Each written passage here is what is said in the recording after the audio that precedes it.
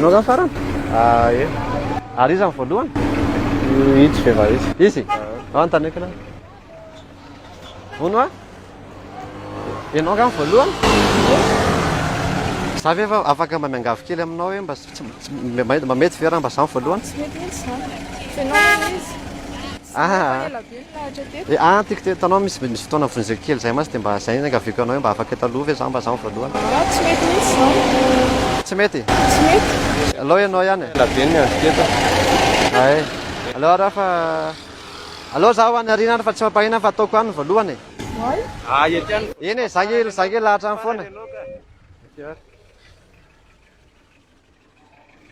Otalahy, alao mba mpitodika aty fa aty voalohany e.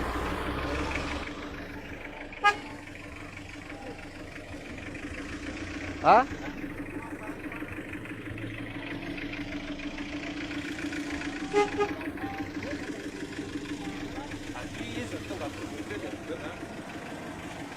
Ay.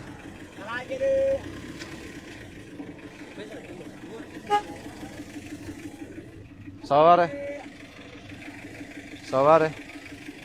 Alao za mba hijanona eto fotsiny fa ianao ihany ny voalohany. Zany tokony ao satria zany voalohany dia anao faroa. Manosy ianao? Zany tokony mijoro ao amin'izay zany voaloha dia anao faroa tsy manino. Fa tsy mahina fa ianao ihany ny voalohany fa alao za mba hijoro eto fotsiny. Tsy mety ka.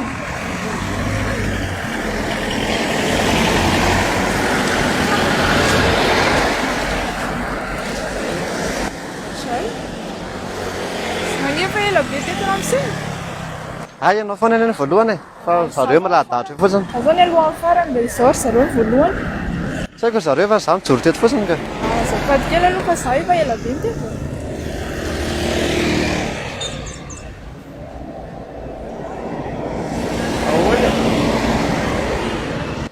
Nareo ihany zany ny voalohany e. Ie. Laha ohatra tsika andeha dia loatra amin'ny zareo ireny ny voalohany e.